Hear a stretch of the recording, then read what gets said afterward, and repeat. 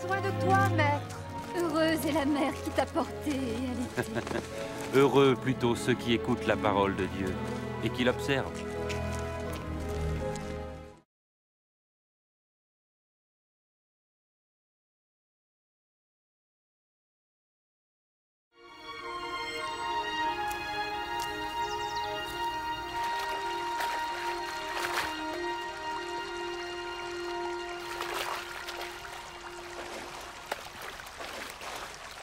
Apprends-nous à prier, comme Jean l'a appris à ses disciples. Quand vous priez, dites « Notre Père qui es aux cieux, que ton nom soit sanctifié, que ton règne vienne, que ta volonté soit faite sur la terre comme au ciel. Donne-nous chaque jour notre pain quotidien.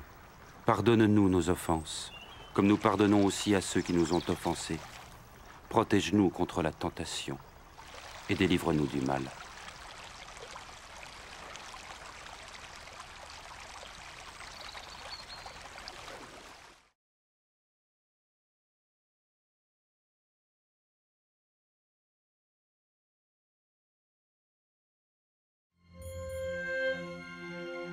Dans les Saintes Écritures, Dieu déclare que le Messie viendrait pour être le sauveur du monde.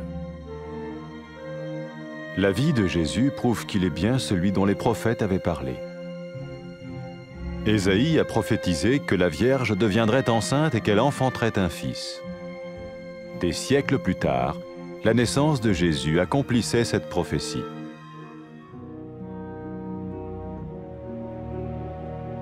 Les Saintes Écritures déclaraient que le saint à naître serait appelé le Fils de Dieu. Cela signifiait que Jésus serait le Fils de Dieu au sens spirituel et non au sens physique. Nous le voyons par sa manière de vivre. Il a guéri des malades, il a pardonné leurs péchés, les a ramenés à Dieu et leur a promis une place dans le royaume éternel de Dieu. Il s'est offert lui-même en sacrifice pour le péché à leur place. Puis il est revenu à la vie, victorieux sur la mort selon le plan de Dieu. Jésus a dit « Personne ne me prend la vie, mais je la donne de ma propre volonté. » La vie de Jésus n'a pas seulement accompli les écrits des prophètes, mais elle a aussi confirmé la vérité de la sainte parole de Dieu. Les prophètes avaient écrit « Ta parole, ô mon Dieu, est parfaite, elle dure à toujours. » Jésus lui-même a dit « Le ciel et la terre disparaîtront, tandis que mes paroles ne disparaîtront jamais. » Jésus est venu pour nous donner la vie dans toute sa plénitude. Mais quand l'homme a désobéi à Dieu dans le jardin d'Éden, il a choisi sa propre voie et ses actions l'ont séparé du Créateur.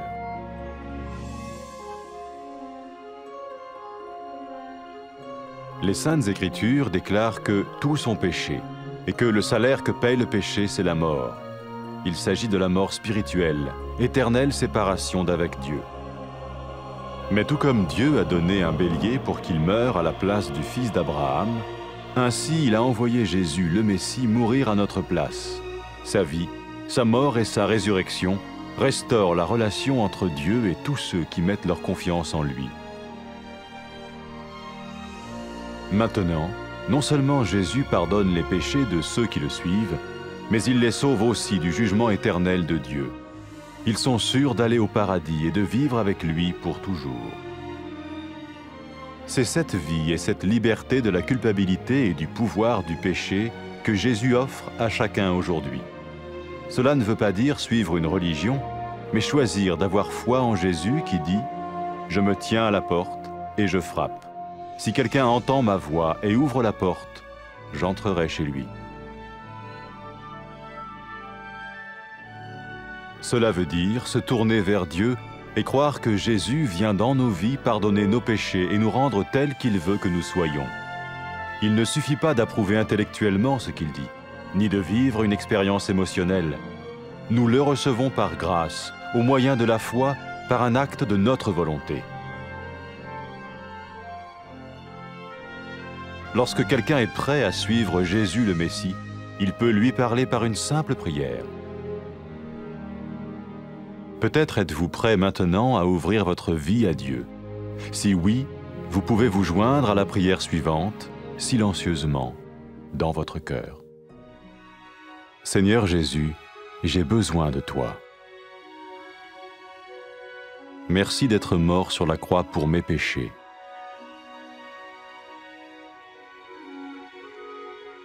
Je confesse mes péchés et je m'en repens.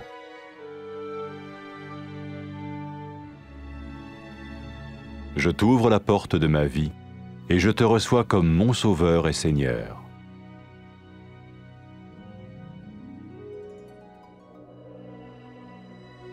Merci de me pardonner mes péchés et de me donner la vie éternelle.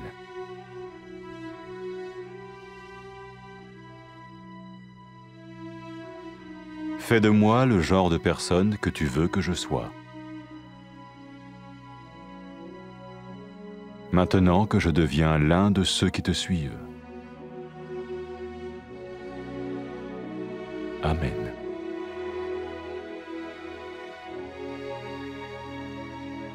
Jésus a dit à propos de ses disciples, « Mes brebis écoutent ma voix, je les connais et elles me suivent. » Pour expérimenter la vie en abondance promise par Jésus, ceux qui le suivent parlent à Dieu chaque jour dans la prière et lisent ou écoutent sa parole. Ils parlent de lui à d'autres personnes et rencontrent régulièrement ceux qui l'aiment et le suivent.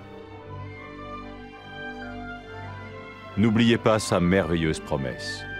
Tout pouvoir m'a été donné dans le ciel et sur la terre. Et sachez-le, je vais être avec vous tous les jours, jusqu'à la fin du monde.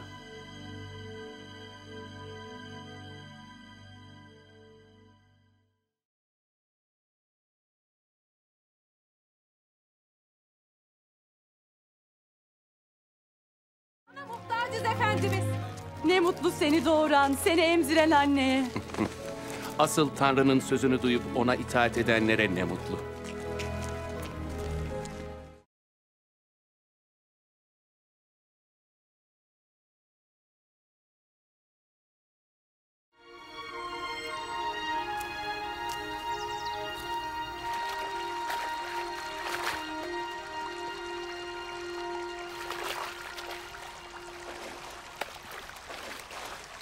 Yahya'nın öğrettiği gibi sen de bize dua etmesini öğret lütfen. Şöyle dua edin. Gökteki babamız, adın kutsal olsun. Egemenliğin gelsin. Gökteki gibi yerde de senin istediğin olsun. Bugün bize gündelik ekmeğimizi ver. Bize karşı suç işleyenleri bağışladığımız gibi sen de bizim suçlarımızı bağışla. Bizi zor tecrübelerden geçirme. Bizi kötülükten kurtar.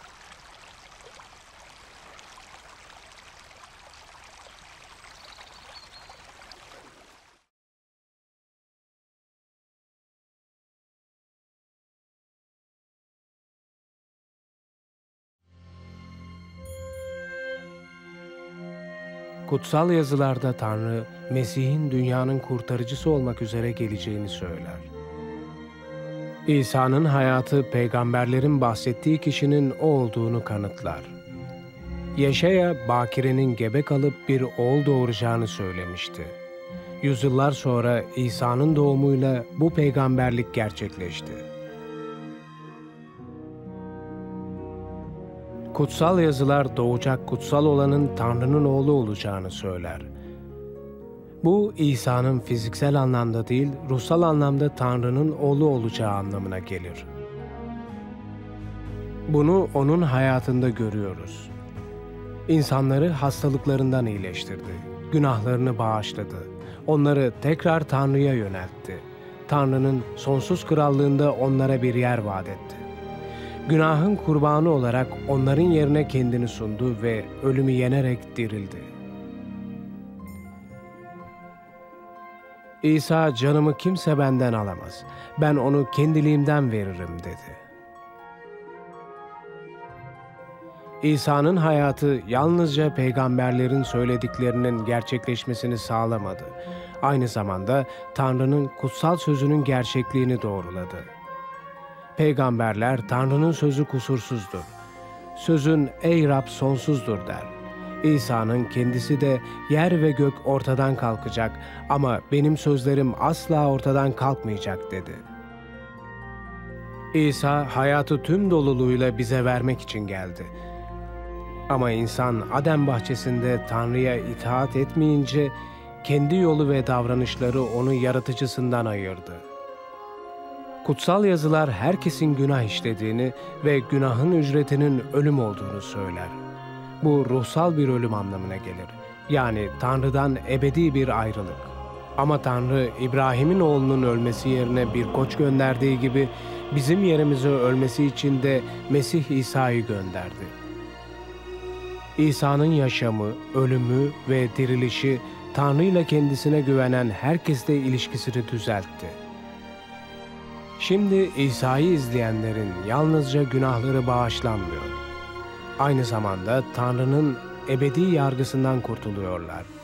Cennette sonsuza dek Tanrı ile yaşayacaklarından eminler. İsa bugün herkese suçluluktan ve günahın etkisinden özgürlük ve sonsuz yaşam sunmaktadır. Bu din kurallarına göre yaşamak değildir. Ama kapıda durmuş kapıyı çalıyorum. Biri sesimi işitir ve kapıyı açarsa onun yanına gireceğim diyen İsa'yı izleme imanına sahip olmayı seçmektir. Bu Tanrı'ya dönmek ve İsa'nın hayatımıza girip günahlarımızı bağışlamasına ve bizi olmamızı istediği kişi yapmasına güvenmek demektir. Zihinsel olarak söylediklerine katılmak ya da duygusal bir deneyim yaşamak yeterli değildir. Lütuf ve iman aracılığıyla onu kabul ediyoruz, irademizin bir eylemi olarak. İnsanlar Mesih İsa'nın izleyicisi olmaya hazır olduğunda ona basit bir dua ile seslenebilirler. Belki de Tanrı'ya hayatını açmaya şimdi hazırsın. Öyleyse şimdi edeceğimiz duaya sessizce yürekten katılabilirsin.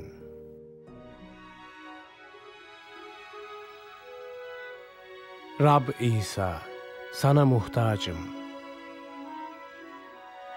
Günahlarım uğruna çarmıhta öldüğün için teşekkür ederim.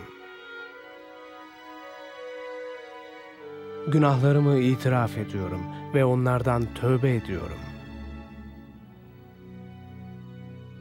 Hayatımın kapısını açıyorum ve seni Rabbim ve kurtarıcım olarak kabul ediyorum.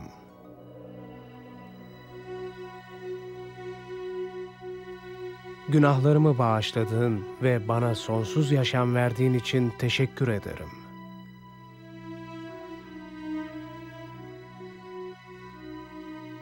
Seni izleyen biri olarak beni olmamı istediğin kişi yap.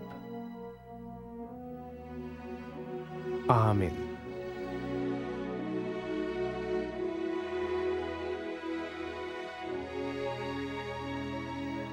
İsa onu izleyenler için, koyunlarım sesimi işitir, ben onları tanırım, onlar da beni izler dedi. İsa'yı izleyenler, vaat ettiği bol yaşama sahip olabilmek için duayla her gün ona seslenir.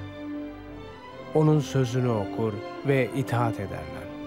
Başkalarıyla onun hakkında konuşur ve onu sevip izleyenlerle sık sık bir araya gelirler. Onun harika vaadini hatırlayın. Gökte ve yeryüzünde tüm yetki bana verildi. İşte ben dünyanın sonuna dek her an sizinle birlikteyim.